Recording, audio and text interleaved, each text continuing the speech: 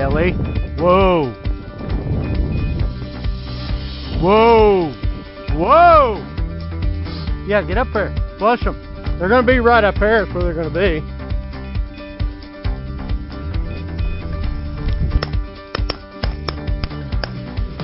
Got one down. It looks like the Drathar won the race.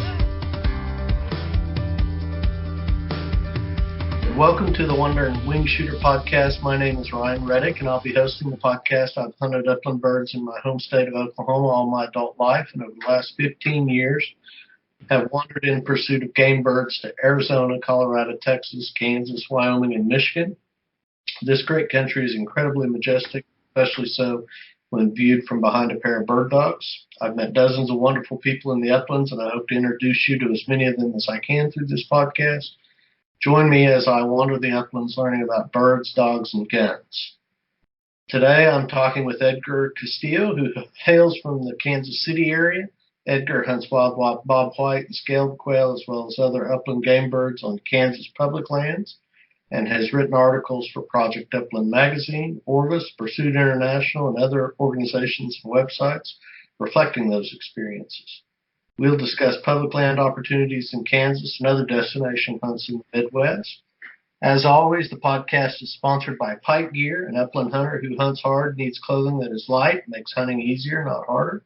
An upland hunter is always on the move and always thinking about his next move.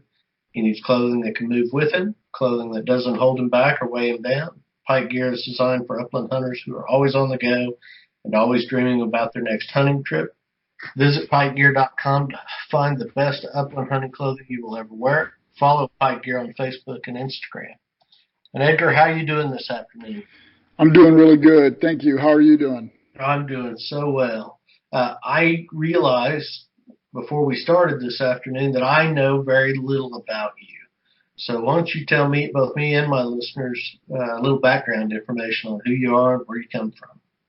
An interesting fact as far as where I'm from, I was actually born in Central America, specifically in the country of Guatemala.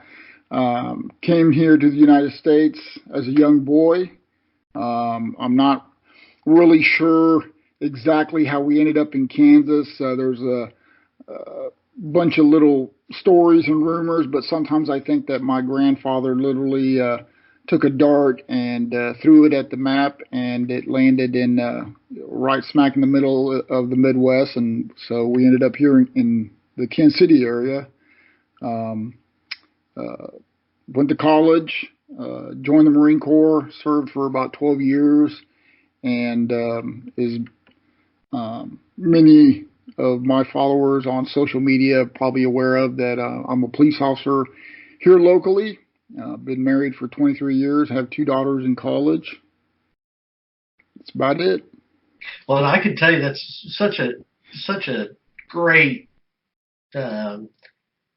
story about where you come from. I've got friends here in my community out in western Oklahoma that I've known my whole life, and this one lady, she's my minute clerk in my juvenile cases.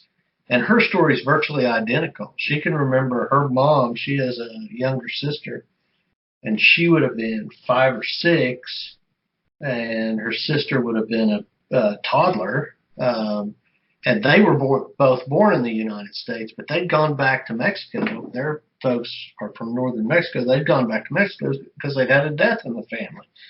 And, of course, and neither of her parents were citizens, but she says that of course getting to Mexico was easy to go for the funeral, but getting back into the United States was the problem. And one of her first memories is her mom shushing her because they're walking across this field and there's a dog barking, and she's laughing about the dog barking, and her mom's trying to keep her quiet to keep the dog from barking more and getting upset with them. And so I've got other friends that have similar stories that remember either living in Mexico, or I've got one friend from Nicaragua that has stories about that. And the state of our country right now, it makes me sad that we don't see the value in folks coming here and contributing. So I'm glad you're here, Edgar. I appreciate it. Thank you very much. Yeah, I'm very fortunate to live here in the United States. There's some reasons why we came up here. There's things going on in the country, but my grandparents had decided to come up here to the U.S. and we became citizens in the late '80s.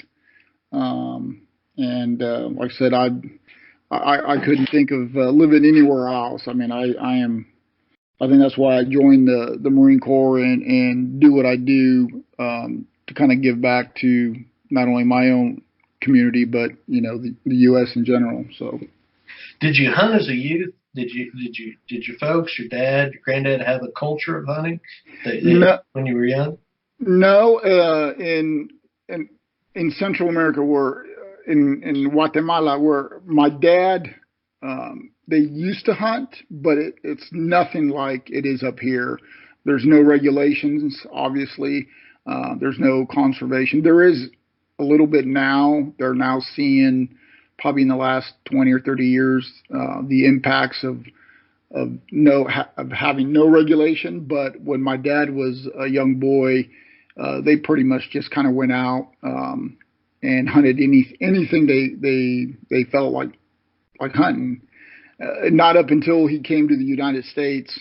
We were settled here in Kansas. We had a neighbor that lived right next to us. His name was Tom, and he was I believe he was a deer hunter and a duck hunter. And he had befriended my dad, invited my father out to go out into the woods, into the fields. And the story is that my father, I'm not sure if he shot the deer or if it was our neighbor, but my dad soon discovered that he was very allergic to deer meat. So that the progression into big game hunting never started. So therefore he became a upland bird and waterfowl hunter. And I started tagging along when I was like, I don't know, 10 or 11 years old. And do you think Tom kind of was who led your dad into that?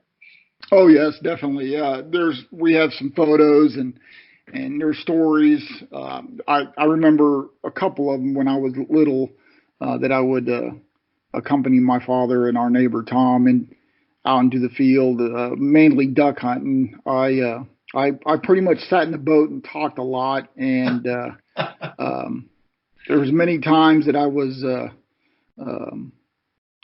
sent away to the confines of the truck to wait out the end of the hunt. I just couldn't keep still, and sometimes I still have that problem, according to some of my buddies. But yeah, if you can't sit there and be quiet and hold still, then you're going to have to go sit in the truck. Yeah. Well, that's the great thing about upland hunting is you can walk and talk, and you get to move all you want and chatter all you want. Yeah, I think that's why my dad kind of started gravitating towards upland hunting. Walking the fields, we didn't really have to, or at least I didn't have to, be quiet as much, and I could ask questions as I was told that I kept on doing when I was little. I wanted to know everything.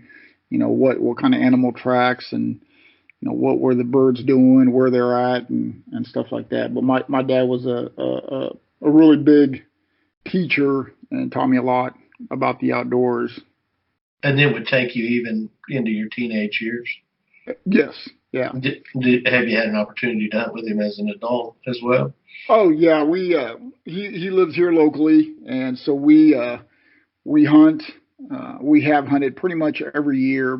The last 5 years, not as much. He's getting a little bit older, so it's a little tougher for him to get out and just walk long distances. So, but every once in a while, we'll go out on short hunts. Our big thing is the dove opener, which probably most of your listeners will know that it's September 1st, this Sunday. Pretty much across the U.S. and his birthday is the 1st, so it always has been a tradition that doesn't matter where we're at or what we're doing, we always make time to to get in either a morning or an afternoon hunt on the dove opener, and so. And that's how I got.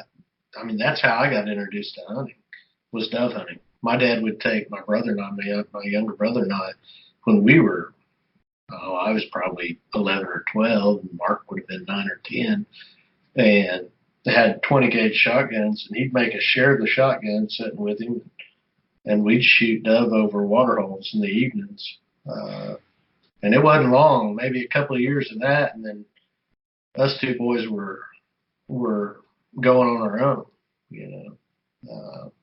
I know we shot dove over water holes, Mark and I did, well before I was able to legally drive, you know. Yeah, it's a special day, at least for me, especially if I can't spend it with my dad. You know, now that I'm a lot older, you know, my own family, kids, and obviously work. But it's always good to see him and get out there and share that time with him. And this year I'm going to be shooting the 20 gauge that I used to use when I was a little kid. And it's going to be 35 years since I've used it. So I don't think I'm going to shoot a whole lot of doves this year. But we'll see. I'm going to bring my over and under, so I may have to switch out after a while if I don't connect with any birds. Yeah, keep that frustration level to a tolerable volume. Yeah, because my dad will razz me because I get on his case for missing a lot of birds quite a bit. So. And you know, Dad used to take us quailing. He had a Brittany at one time, a male Brittany, for maybe 2 seasons. Then I think it got run over, and he never got another bird dog. But he loves going quailing with me. When I became an adult, after I got done from college, came back, started really getting into bird hunting. My dad always would want to go, and I'd take him and my brother, and we'd go once or twice a year, go quail hunting. Dad loves those dogs, loves watching those dogs. He's like your dad. His age is getting to the point where he just really can't do the walking like he used to. Yeah, I kind of like with you. I think it hit me as far as upland hunting was late in my late teenage years, early 20s. I had, you know, probably just like most young men, teenagers, other things started becoming important. You know, friends, cars, and girls. Not really in that order, but I kind of fell out of upland hunting and small game hunting during those teenage years, and then I did it, you know, once or twice, but not as much. The passion wasn't there, and I remember when I came back from my first deployment from the Marine Corps, my dad was going to go out, as he always did, to go pheasant hunting, and you know, he asked me, and obviously I said yes. And it had been several years since I had gone, and I went out and shot myself a rooster. And from that day on, after that, I've gone every single year. If I was here, if I was able, if I was not activated or some work related, I've gone out as much as I can. But yeah, and you know, I've been videoing my hunts, so I guess maybe 4 years now. I think I started in 16 carrying a GoPro when I hunted, and I'll go through and edit out and put together compilation videos of my dogs working birds. And my dad loves it. I'll bring those over to the house. We'll put YouTube up on his TV, and he'll sit there and watch video after video of those bird dogs working. He just eats that up. So I'm sure going to get him out in the field at least one hunt this year again. As long as he's able to do it, I'm sure he'll go with me for a little bit and watch my dogs run. Yeah, I you know what, I wish with the advancement of technology, I wish I would have thought about, or someone, you know, either my dad or some friends of ours would have thought about taking more photos and video, because now that that I'm older, I want to reflect back on those memories, and it'd be nice to kind of watch some old videos, and I mean, I took some photos, but not as much as I have, especially these last 3 years. But and my dad too. He didn't take a whole lot of photos when he was out bird hunting. Him and his friends when I was too little, but it's something for people to think about, especially when loved ones or friends can't go with you anymore, to kind of look back on those memories. But it's something it's really important to me now. And in September, usually, I'll go through my pictures, all my old pictures, my old photographs, and of course I've got them digitalized now, and I'll send text to guys, and some women too, that I've hunted with in the past, that I'm friends with. I'll send them a picture of themselves with birds or in the group bird hunt, and say, hey, you ready to go again this year? And so it gives me an automatic reconnection with those people every fall before season starts, and it allows me to take that excitement that I feel about being able to get out with my dogs and share it with the people that I care about. And iPhones, technology has just gotten to the point where it's so much easier to do that now than it used to be. Yeah, I agree. Like I said, I try to take a whole lot of photos with whoever I'm hunting with, and now with my writing, I'm kind of transferring my memories as a young boy with stories of my dad, and he likes reading those, and I bet he does. So do you have like a core group that you hunt with?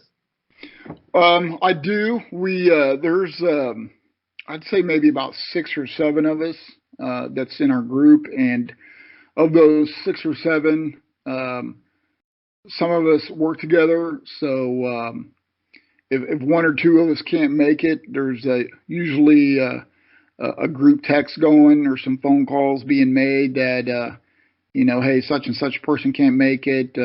1 or 2 other guys will step in, but I would say the main group would be my best friend Hutch, Dan, Kyle, and then Pastor David Beal. He's one of our pastors at our church, and he's a big mentor of mine. And so it's usually about 4 or 5 of us that are running around throughout the season together, and 1 or 2, 3 other guys will fill in throughout the season if some of us can't make it. And Edgar, I meet a lot of bird hunters where I live, and the fact that I'm out, I run into people, and I always try to stop and talk because I like bird hunters and I love bird dogs. But one of the things I notice is, like, I'm always the young guy, and I'm almost 50 years old, and I'm always the pup in the group. Every now and then there'll be somebody younger than me, but it's certainly far and away the exception. Do you have any young guys that are hunting with you? Well, I'm actually if Pastor Beal if he's not tagging along, or my dad's not there, I'm the oldest. I turned 50 on the next week, so everyone else is actually at least 10 years younger than I am. So oh, that's great. Yeah, but yeah, and we've been trying the last 4 or 5 years to bring new hunters with us. It's just something we do. We probably do it about 3 or 4 times a year. We'll invite someone who either never has hunted or someone that's never bird hunted, just to see if they like it. And I think it's important to retain those hunting numbers. As a lot of people are probably seeing and reading that our numbers are declining drastically. So that's just something that we do ourselves.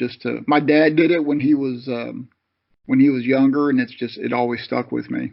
Oh, and there's nothing more fun than taking a kid or a young adult and watching them get hooked on something that is going to be a lifetime of pleasure for them. Yeah, I agree. And like I said, our group is really good. When we take new people, the dogs go on point, and we always, we're really good about, getting that person up in a position so they can take the shot, or when we're walking, we position them in, in a location that, that would benefit them, to experience, the flushing of birds. And so, Well, the whole podcast is supposed to be about traveling to bird hunt. We haven't even talked about traveling to I bird know. hunt yet. We're getting there though. But so when you and your buddies decide you're going to go somewhere, and I'm just gonna pick Western Kansas because I think I've seen some indication on your Instagram feed that you guys get out west some. How do you start with picking a location, and how does that look as the hunt all comes together for you? Well, we actually, we hunt and travel throughout the whole state of Kansas, and this kind of goes whether we're going to western Kansas or central or northeast, wherever we're going. We actually get together throughout the year. Even as soon as the season ends, on the 31st of January, within a month, we're all getting together at least once a month, and more in the summer as September draws near. But we get together and we start planning trips. We start talking about where we're going to go, what we want to hunt, and sometimes those involved out of state. But even within the state of Kansas, we all bring our maps. We all share locations since we're always hunting together, so it's not really a secret amongst ourselves. But we try to find a central focal point to kind of base our camp, and then from there we kind of study maps and kind of look at reports, and we use Google Earth. A couple of us are now using Onyx. I haven't use Onyx, but everyone I've talked to said it's invaluable and extremely helpful. So I need to get with the program and get that. Yeah, it's a neat tool. Yeah, I've heard it's very simple, and obviously you can use it on your cell phone, and then on your computer, and you can do a lot of research and do a lot of online scouting. But a couple of us that have that, we're looking at habitat and we have a sort of a formula that what we use is we tend to hit those areas where everyone drives by, and I can tell you that we've actually parked our trucks and watched other vehicles just drive by places that don't appear to be that ideal, typical, rolling grassland, golden fields of grass. I think most people are looking for that. I think everyone wants that, but we hit a lot of these places that don't look very productive, and we do very, very well on birds, and I'm talking quail and pheasant. That's interesting. I know when my friends and I travel, one of us will get an idea. For example, my buddy wanted to go to Wyoming to shoot a sage grouse. So he says early in the summer, let's go to Wyoming and shoot sage grouse. You guys want to go? And it was by group email when that all started. Now it's by text. But yeah, we'll go. I'll go. When do you want to do it? And then we pick out arranged dates that'll work for everybody that wants to go.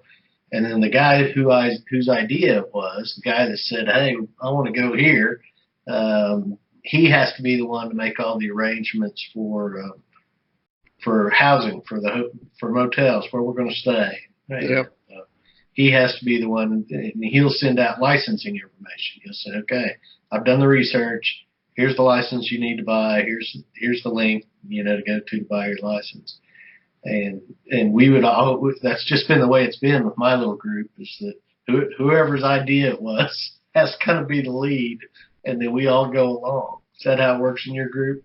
I wish I could tell you yes, but I I'm actually the one that does all the research or most of it, and I like doing it just because I think it's just kind of, for me, it's kind of work related as far as investigating and do, you know. So it just kind of comes natural to me. So I you know, depending what location that has been chosen, I'll figure out accommodations. Which most time we either camp.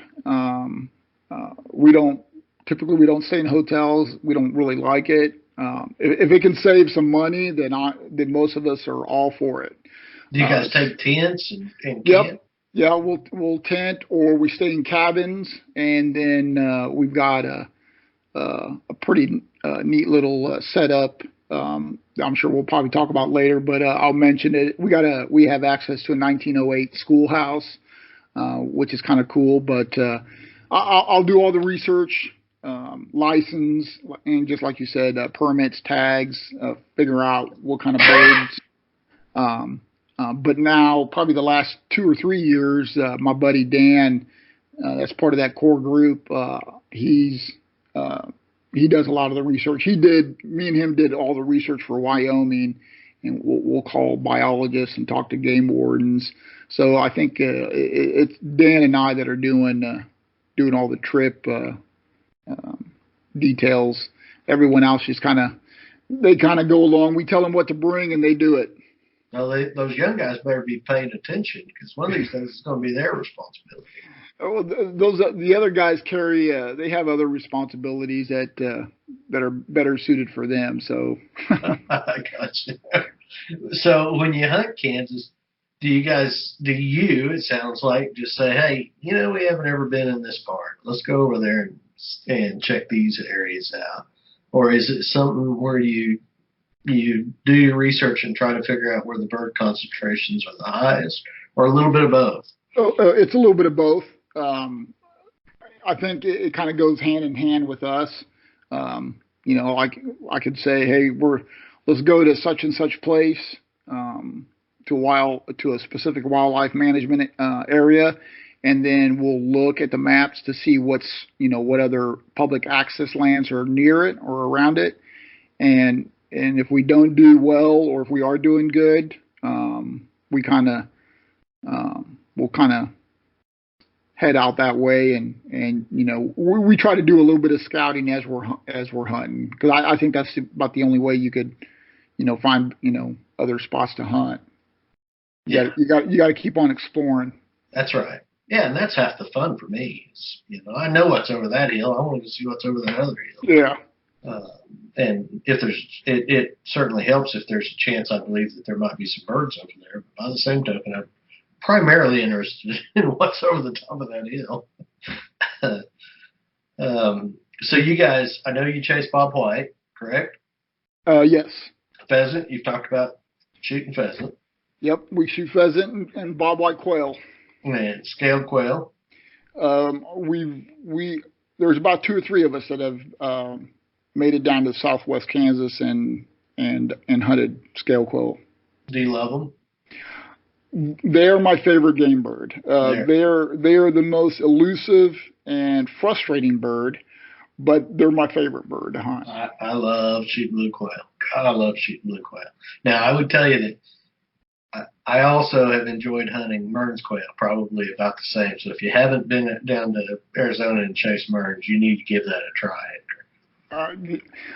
You put any bird in front of me or the opportunity, and I'm there. It doesn't matter. But yeah, there's a lot of birds that are on my bucket list that maybe one day I'll have the opportunity to hunt. Well, give that one a little priority. Those Mearns quail are special animals. You hunt lesser and greater prairie chicken in Kansas? I hunt the greater prairie chickens. The lessers are unable to be hunted since 2015, 16. Okay. But I did hunt them when they had an open season. Yeah. I hunted them down in southwest Kansas when I was hunting scaled quail. So. And did you have any luck with the prairie chicken? Not the lessers. We got into them. They're just like the graders. They're extremely skittish birds. They are. They're tough to hunt. They typically tend to flush, way out, not giving, you an opportunity, the hunter, for a shot. And the dogs that we took did pretty good on them. But like I said, I think they're just a skittish bird in nature. They're tough to hunt in the early season as well as late in the regular season. The only time I ever had any success on lessers in Kansas, southwest Kansas, was when the wind was blowing, which blows all the time. But I mean, when it was notably windy, the birds, of course, were skittish. But if a dog got them and handled them gently, didn't push them at all, you could get close enough to get a shot or two. Yeah. But on a quiet day, when the wind's not blowing, they're not going to let you get up to that dog. It doesn't matter what you do. You can't get close enough. Like I said, every once in a while, I've had my luck when I hunt the Flint Hills during the early season, and even in the late season. Everything falls into place, and I'm able to connect on a beautiful little prairie chicken. So. And they are gorgeous birds, aren't they? Yeah. And then the list you sent me mentioned snipe. Tell me about snipe hunting. I've never done it. Well, the group, we started hunting them 3 years ago. We were hunting a wildlife management area in central Kansas that's typically more known for waterfowl. And we had been hunting the location for about 2 years. We were duck hunting, and there were also pheasants there. We were hunting pheasants in the cattails and actually in the water. And I've never hunted snipe. I knew what they were. I knew how they flew. Mm-hmm. I knew somewhat their characteristics. I've seen them when we've hunted pheasant and we're around some sloughs, thick cover around water. I've seen snipe, but never really thought about hunting them. Yeah, and like I said, I remember seeing them when I was younger, and again, I never thought about anything about it. But we were walking a flooded field. We had shot a couple of pheasants, and two birds flushed, and instantly I knew what it was, and I yelled out snipe. I shot, I dropped it. Dan's draught, Macy went over there, did the retrieve. I picked it up, and everyone came around, and I basically said, these are snipe. They're legal. They're fun to shoot, and it literally just kind of turned into a snipe hunt, and we've been doing it ever since. I love them. If you think that dove fly fast and erratic, you've never seen a snipe. Those things are just like little jet fighter planes, just zigzagging in the air, and they're a fun bird to hunt. Almost always in close proximity or actually in standing water. Yeah, kind of think kind of boggy habitat, edge from like cattails and along flooded fields. I've even found them in tree lines, but there's usually an underlying factor that the area's got a little bit of moisture to it. But snipe are, at least when we've seen them and hunted them, they give the Wingshooter several opportunities to shoot them, because they'll flush, they'll kind of twirl up in the air kind of high, and they'll fly around a little bit, and you think they're gone, and then they'll actually land usually behind you, pretty much from the location or near the location where they originally flushed. So it gives the bird hunter and dog a chance to reflush them. Will they hold for a point dog? They've held for the dogs that we hunt with, and I've seen photos, and I've talked to other people where the bird dogs are pointing them, and they do pretty good. Okay. That's what I love about hunting birds. So if they'll hold for a point dog, I may have to go give it a try. Yeah, I've heard that some dogs are unable to point them, and this I've read this, but the dogs that we've had, now they haven't pointed every single time, but like I said, it's just something I just heard and read, and same as what as far as like retrieving them, just because they're in water. Yeah. But the dogs that we hunt with, they do a pretty good job as far as locating them once they drop back down into the field or into the water. Yeah, and I bet you shoot a couple of them, and your old dog figures out what you're chasing. Oh yeah. Then pretty soon they start pointing them, just like they're doing the other bird. Yeah, and if you're going to hunt snipe, you better bring a lot of shells because, like dove hunting, I think what do they say the average is? Like what, 7 or 8 shells per bird or something like that is the national average. I think that's right. I think snipe is double because that first year we hunted them. At the end of the day, half the group went back to the schoolhouse to start dinner, and the other group had to go buy more ammo, especially steel, because we were on a wildlife management area. So the regulation was you had to shoot steel. So. Well, it's not a bad hunt when you're sending guys back to town to buy more ammo. No, yeah, because we were using pheasant loads, number 5s and 6s, and for snipe you got to use some that that you got to shoot with as far as like some for like quail or dove, like 7, 7.5, 8s. How do they eat? Are they any good on the table? Are they dark like woodcock? I've never had woodcock, but they're a lot like dove. So if you like, it's a dark meat. So if you like dove, they're pretty good in taste. We've got 2 self-taught chefs, so you can give them pretty much anything, and they'll make a pretty good meal out of them. Yeah, and woodcock are real dark, and strongly flavored meat. So it sounds like they're similar. Yeah. Which is your favorite? To hunt or to eat? The upland birds to hunt. To hunt? It's the scale quail. The scale quail probably followed very close by the bobwhite and prairie chicken. So let's talk about those blues. I call them blues. People call them scales, scalies. Cotton tops. Cotton tops, yeah. When you're in a location where you think there might be a covey of blues, is there certain types of habitat that you focus on, certain type of places that you look for? Yes, and I'll tell you, this may not go for other states where there are scale quail, like Texas, New Mexico, Arizona, even Colorado. All I can tell you is what we look for in Kansas, and specifically the Southwest. And one of the big areas is the Cimarron Grasslands, which a lot of people don't know about it. It's 108,000 acres, open to the public, and you're talking desert grasslands intermixed with cholla cactuses, some yucca cactuses, rolling hills, a desert type environment. So we look for just kind of short grass. We look for cholla cactuses. If we come across trash piles, and when I say trash piles, I'm talking about old pieces of wood, pieces of stacks of fence posts. Yeah, farm tools and old machinery.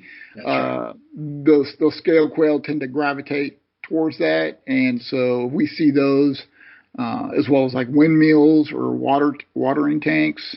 We'll hunt those. We usually hunt them in a circle, just ever expanding the farther out you get, and we focus on a lot of the short grass that's not too thick. If you get into like pheasant habitat, they got to have something they could run through. Yeah. I was talking to our wildlife biologist out here the other day. We were talking about blue quail, and I mentioned that almost every time I go quail hunting, I find evidence of roosts where bobwhites have roosted overnight. But that, to my knowledge, I'd never seen a roost that I knew to be a blue quail or a scaled quail roost.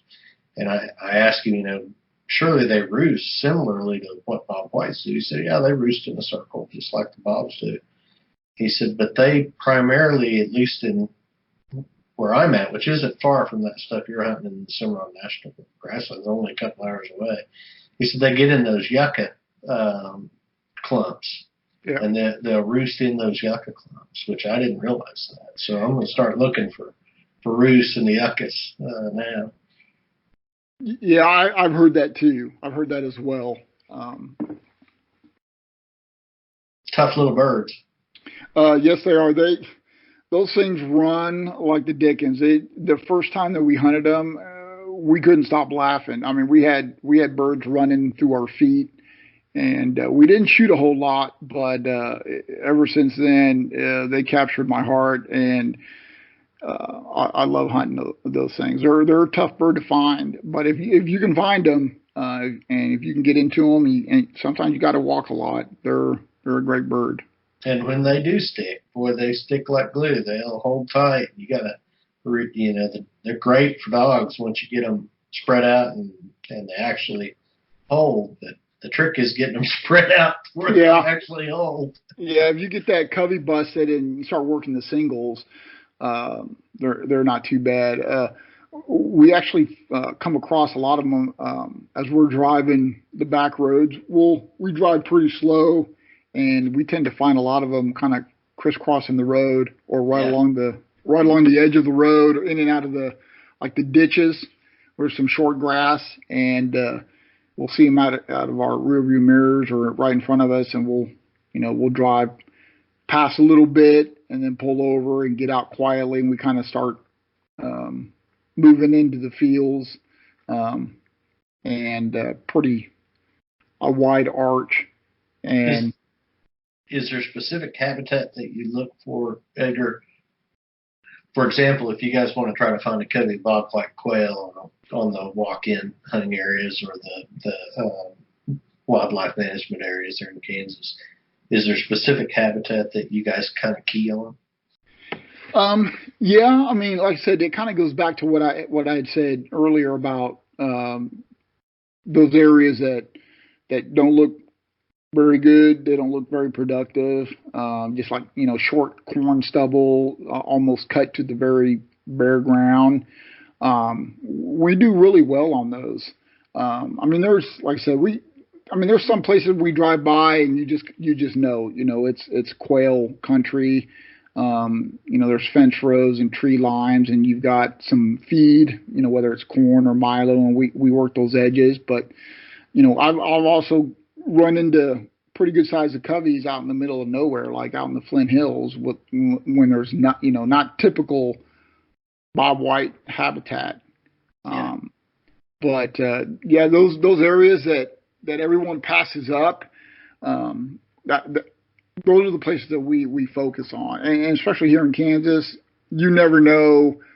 I mean, you could flush a rooster from a tree line or from a brush pile, as well as pretty good sized covey of quail. Yeah, and that'd be the great thing about hunting up there, and always was for me, is you had to carry different shot with you because you never knew what you were going to get into. You can have a half section of walk-in stuff, and there's great pheasant habitat in the bottoms, and then further up the draw thins out and have plum thickets and find a covey of bobwhite. Yeah, if we see plum thickets in a field or shrubs and trees where they kind of meet up with the grassland and croplands, any kind of weedy areas, we hit those areas pretty good. Yeah, and you were talking about wildlife management areas. Those would be lands owned by the state of Kansas that are managed by their wildlife department? Yes, sir. Yeah. So Kansas has wildlife management areas. I think the total acreage for the state, as far as public lands, is just over like 500,000 acres, maybe close to 1 million. And those are areas that are managed actually by the state. And then Kansas also has some like federal refuges, Okay. like the Flint Hills National Wildlife Refuge, which is located in central Kansas, and then obviously the Cimarron Grasslands. Like I said, it's public, but it's managed by the U.S. Forest Service, so it's the only federally managed land and the largest tract of land in Kansas. And it's interspersed with some private land too. I mean, there'll be grasslands bordering it private with grasslands on the other side. Not all of that stuff is just one big 108,000 of continuous acreage. Right. It's all kind of, puzzle piece, jigsaw pieces, scattered throughout the area.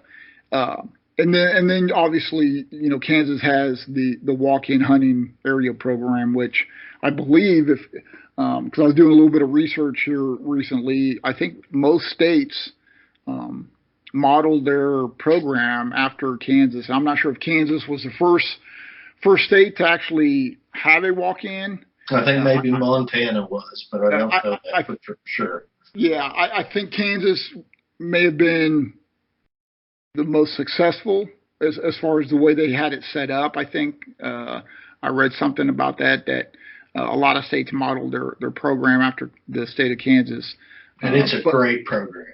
Oh, yes. I mean, you're talking, man, I think 1.2, 1.3 million acres of private lands that are open to the public. And can you imagine the number of dollars that brings into Kansas's economy in a season?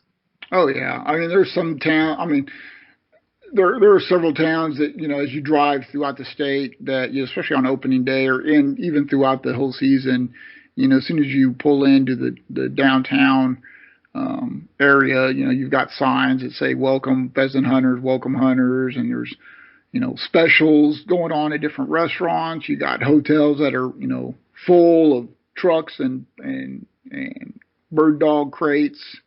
Oh yeah, it brings in a lot of money, and that goes towards the towns and like you said, the local economy, and it helps the area farmers and ranchers and landowners as well. Absolutely, it does. It's been a wonderful thing for Kansas.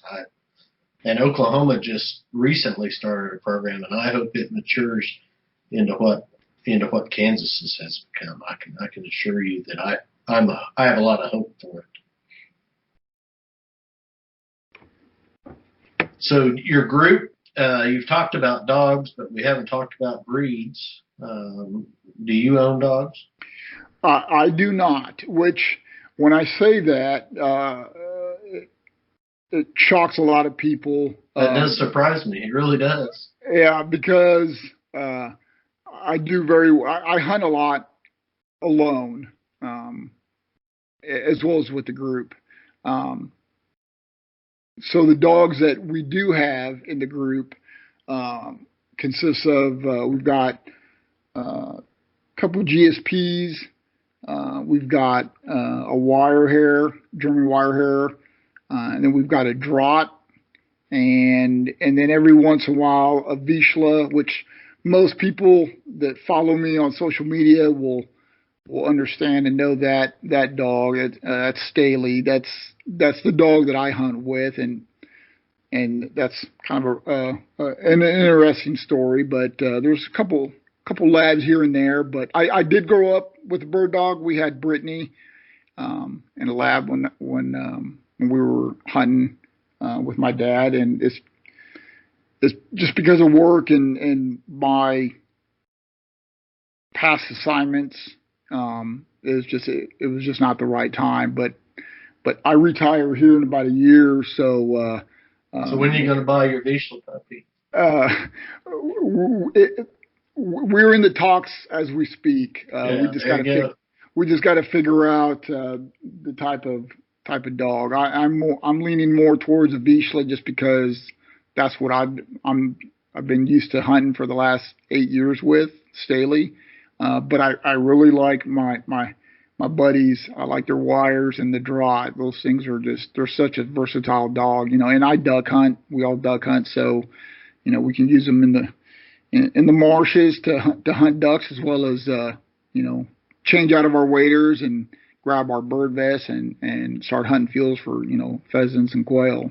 Yeah, and I've owned Vizslas, so I love those dogs. They're sweet dogs. Yeah. And I currently don't have one.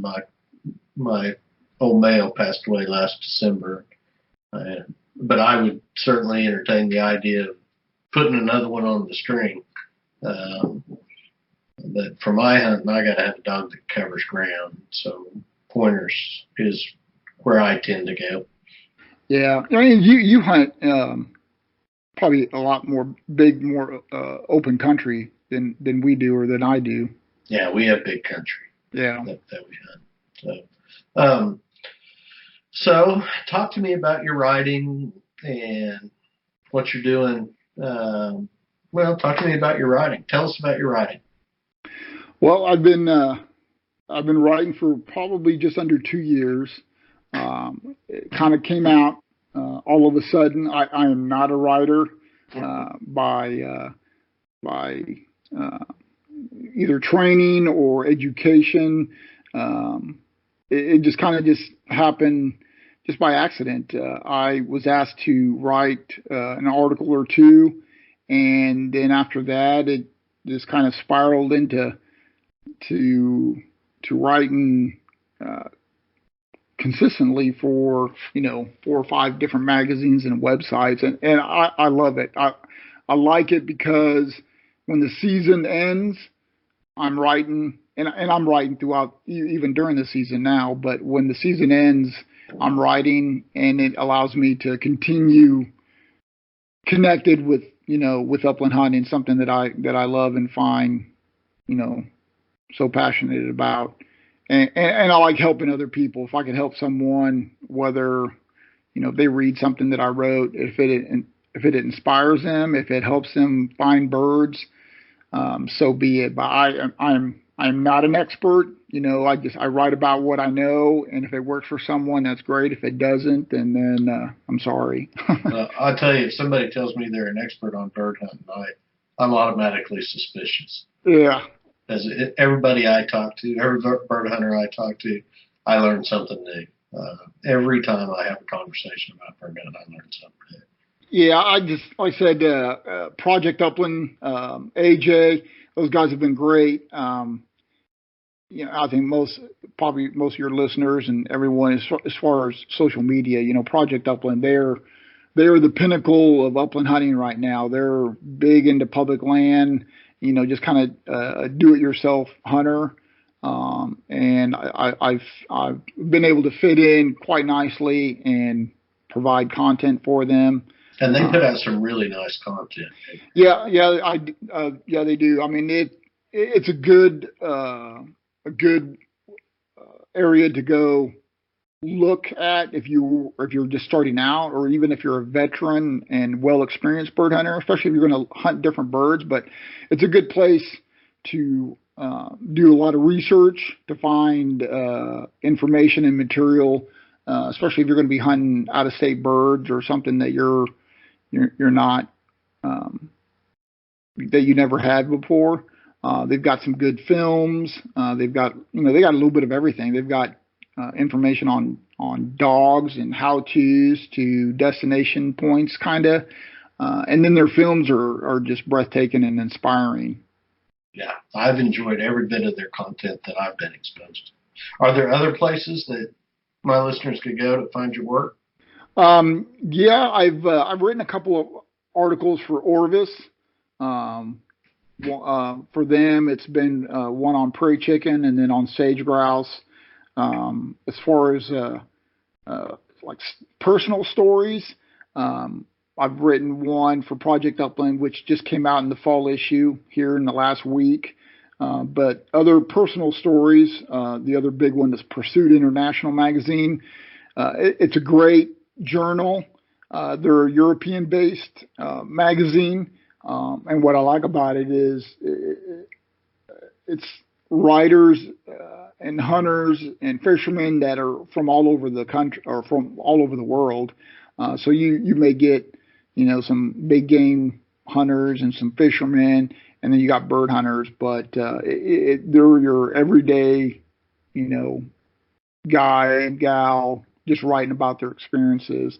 And for them, it's been all just personal stories that I've had either growing up or, while I've been bird hunting. And then I've written a couple things for Pheasants and Quail Forever, and done a little bit of collaborating for Wyoming Wildlife Federation and some buddies of mine that have their own like blogs, like Fred Bohm over at Sage and Breaker. So pretty much if you type my name in upland hunting, I'm sure something will pop up. And you have a fascinating Instagram feed. I mean, you're real active on Instagram. And one of the things I've been participating on Instagram quite a bit over the last maybe 18 months. And there is such a wonderful bird hunting population on that particular platform. Oh yeah, I agree with you. And I'll tell you this: at the very beginning, I was strictly opposed to social media just because of work. And I understand. But if we got a little bit of time, I'll tell you really quick. My daughters, I have two daughters. They were wanting smartphones, and we agreed to it. My wife and I, we had some rules that they had to go by, and one of them was, we had access to their phones, and we wanted to make sure that whatever they were getting into was going to be private, like Instagram and I think Pinterest was, and in order for us to do that is obviously we had to make accounts, and so my daughters grabbed my phone and made an account for me. They came up with the name Hunt Birds, and it lay dormant for several months, and then I think it was the oldest one said, "Hey, there's quite a bit of hunting on Instagram," and I took a look at it, and I think I typed in upland hunting, and this whole new world popped up, and I have made a lot of connections, a lot of friends. I've had people come out, and we've met up here in Kansas, and I've met a bunch of guys at various events through writing now, and it's talking about hunting and research. It's a good platform to reach out to people, especially if you're going to go to a different state, to find out, hey, where's a gentle area to go to, good place to stay, good places to eat, pretty much anything. If you're wanting, a certain bird dog, you can just kind of reach out to people instantly and, get their take and advice on pretty much anything. And that goes with all kind of hunting and outdoor activities, not just bird hunting, but the upland hunting community is pretty close. You know what it did for me, and I was just able to kind of verbalize it in my own head listening to you talk, that I'd always loved bird hunting, loved the dogs in particular, the people, but it made me realize how much I love the pageantry of it and the beauty of it. Yeah. And there's some guys that post that just, and you're one of them, I'll say, that is able to give voice to that pageantry and that beauty that's associated with upland bird hunting through that medium in a way that I just love. I mean, I just love it. Well, I appreciate it, and I agree with you. Guys are visual creatures. I like, and again, I'm not a photographer. What I know, I've read a lot of articles on photography, or I'm seeing what other people are doing. And that's one of the other things when I first started the account was I wanted to do something different. Not to say anything about the grip and grin photo at the tailgate truck. I just wanted to portray what I saw in a different light, and I wanted to do something different. Those aspects in upland hunting that sometimes either get missed or avoided, you know. And a lot of my stuff, it's on the go. I'll take 100 pictures in a day, and I may have 2 or 3 turn out, but you know that's just the way it is. But I just try to give followers and other people just something different to look at. Man, and you do a great job of it.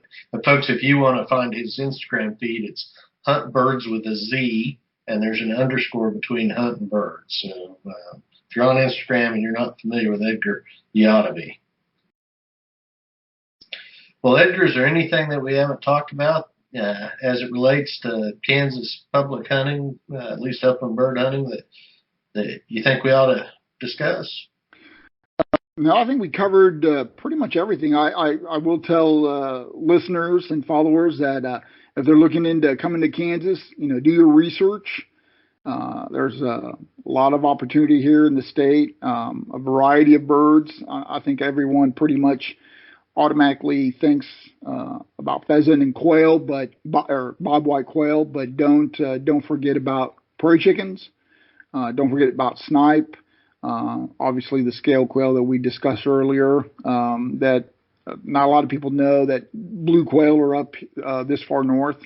And then, you know, obviously we've got doves and white wings that are, you know, you're able to shoot late into the season. Do your research, and if anyone has any questions, you know, feel free to reach out to me, and I'll try to help them out as best as I can. And the reality is, in most years, let's say, okay, we've never been to Dodge City. Let's go to Dodge City and base out of Dodge City. And then you can hunt north out of Dodge City, you can hunt south out of Dodge City, you can hunt east out of Dodge City, you can hunt west out of Dodge City, and just go to those walk-in hunting area tracks and put your dog down on stuff that looks birdy, and you're probably going to kill birds that day.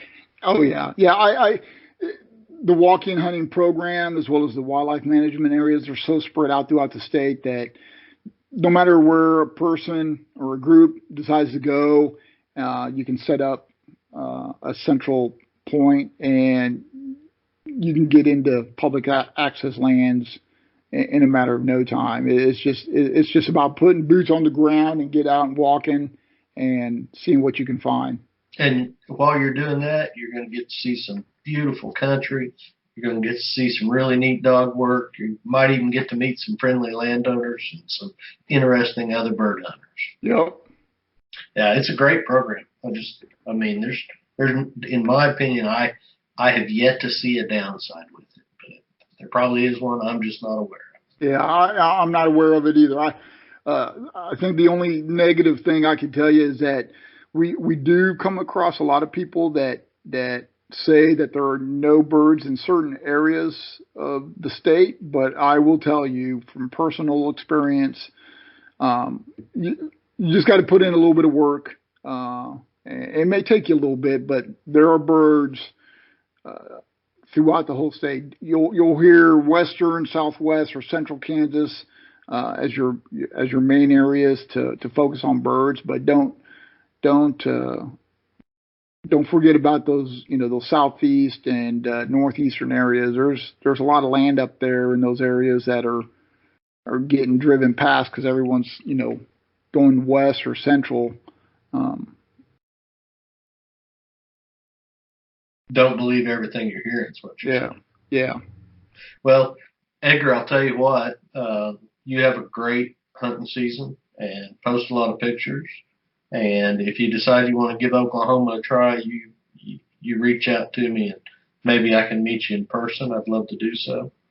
And then perhaps we can talk after the season's over and see how you did. What do you think about that?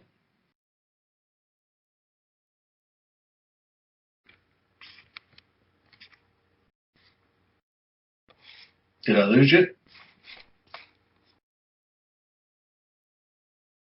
Edgar? Yeah.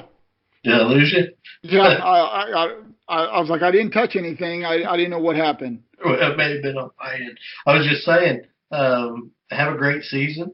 And if you get to Oklahoma, look me up. And maybe we can talk after season so we can see how you did.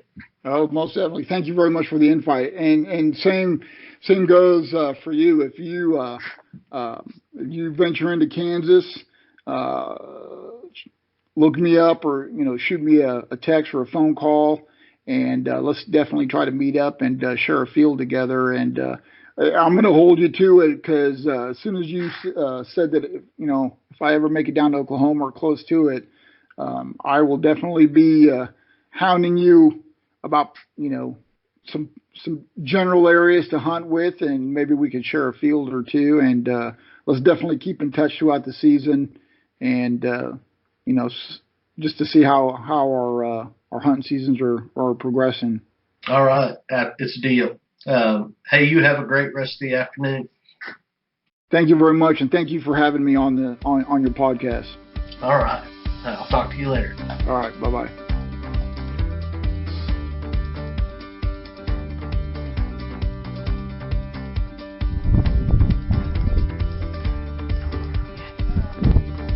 What?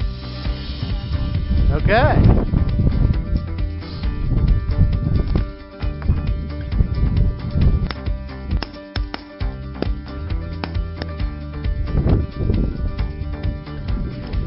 You gotta be kidding me.